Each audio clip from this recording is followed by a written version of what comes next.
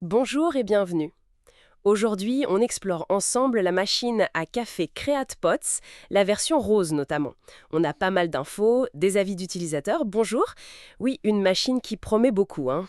Polyvalence maximale. Café moulu, différentes capsules. C'est ça. Le but, c'est de voir si cette promesse, elle tient la route en se basant sur ce qu'on a pu recueillir. Exactement. Ce type d'appareil tout en un, c'est souvent un pari technique.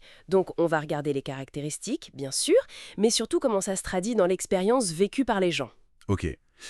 Alors, qu'est-ce qui la rend attractive sur le papier? Bon, d'abord, cette fameuse compatibilité. Nespresso, Dolce Gusto, Starbucks et le café moulu. C'est quand même assez large. Oui, c'est le gros argument clairement. Ensuite, côté technique, on nous annonce 19 barres de pression, 1450 watts et un système thermobloc. Alors, 19 bars, c'est standard pour un expresso, ça suggère une extraction correcte, en théorie. Le thermobloc, ça veut dire que l'eau chauffe vite, à la demande. C'est plutôt un bon point pour la rapidité. Et niveau pratique? Elle est programmable pour un café court ou long. Le réservoir fait 600 millilitres. Elle est assez petite, non? Environ 27 par 11 par 26 centimètres. Oui, elle est compacte, ça c'est bien pour les petites cuisines. Par contre, 600 millilitres pour le réservoir, Ça se remplit souvent, quoi. voilà, si on est un gros buveur de café, faut le savoir. Elle est aussi légère, et le plateau pour la tasse s'ajuste. Et puis, il y a le look. Plusieurs couleurs, dont ce rose. La marque Create met en avant fonctionnalité et beauté. Bon, c'est une approche design assumée. Mais revenons à la technique, si vous voulez bien. Cette multicompatibilité, c'est séduisant, mais Mais c'est peut-être là que ça coince. potentiellement, concevoir un système unique qui s'adapte parfaitement à des capsules de formes différentes, qui demandent des perçages, des pressions d'eau variables, plus le café moulu, Oui. tout ça en restant abordable, c'est un vrai casse-tête d'ingénierie. Et cette complexité, elle peut expliquer certains retours négatifs qu'on voit. Justement, parlons-en, des retours. On a une note moyenne autour de 4,1 étoiles sur pas mal d'avis, ce qui est plutôt pas mal. Oui, c'est honorable. Ce qui revient souvent en positif, c'est la facilité. Les gens disent simple, pratique. La polyvalence, bien sûr, c'est très apprécié. Logique, c'est l'argument principal. Beaucoup trouvent aussi le café bon, surtout avec le café moulu d'ailleurs. On lit des mentions de bonne mousse, et puis le design mignonne, joli, et sa petite taille peu encombrante. Donc globalement, une majorité de satisfaits, on dirait. Oui. On lit même des trucs comme une petite machine toute mignonne. Elle fonctionne très bien. D'accord.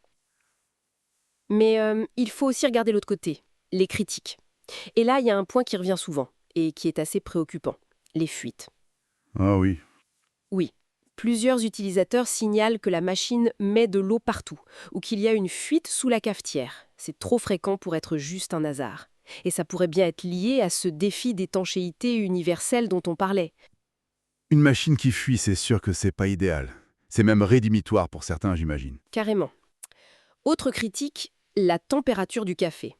Là, les avis sont partagés. Certains trouvent ça bien, d'autres disent que c'est juste tiède. Ah, le café tiède le matin. Compliqué. Exactement. Et puis, des petits détails pratiques qui agacent. Par exemple, il n'y a pas de bac pour récupérer les capsules usagées. Ah, il faut jeter chaque capsule à la main après usage. C'est ça. Ce n'est pas toujours très propre et un peu contraignant. Le levier pour insérer la capsule aussi, certains le trouvent dur ou il peut même se bloquer parfois. D'accord. Et la fiabilité sur le long terme? Là aussi, des questions se posent. On trouve des témoignages de panne après quelques mois seulement. Des gens qui disent «appareil fichu».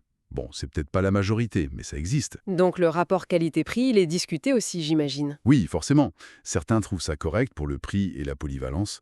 D'autres sont déçus par la qualité perçue, même si c'est du plastique sans BPA, ou par ses problèmes de fiabilité ou de fuite. Donc, pour résumer un peu tout ça, la Quiet Pots, elle a de vrais atouts. Cette polyvalence extrême, le design sympa, la compacité, elle répond à une vraie demande de flexibilité. Oui, ça, on l'a bien vu. Mais voilà, l'analyse des retours montre des faiblesses non négligeables.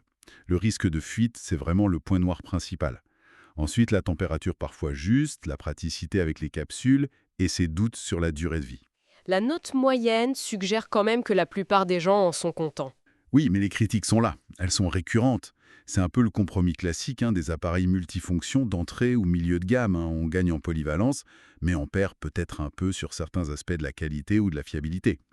Donc, si on doit conclure cette exploration, la POTS reste une option intéressante, c'est sûr. pour celles et ceux qui cherchent avant tout cette flexibilité maximale dans une petite cuisine avec un look coloré. Absolument. C'est une niche qu'elle occupe bien, mais il faut acheter en connaissance de cause. Être conscient des inconvénients potentiels, surtout ces histoires de fuite ou la manipulation des capsules qui n'est pas la plus pratique du monde. Tout ça est bien documenté par les utilisateurs. Exactement. Alors la question qu'on pourrait laisser en suspens, c'est peut-être à quel niveau de petits désagréments, ou même de risque sur la fiabilité, est-on prêt à accepter pour le prix demandé et cette fameuse polyvalence? Voilà une réflexion à méditer.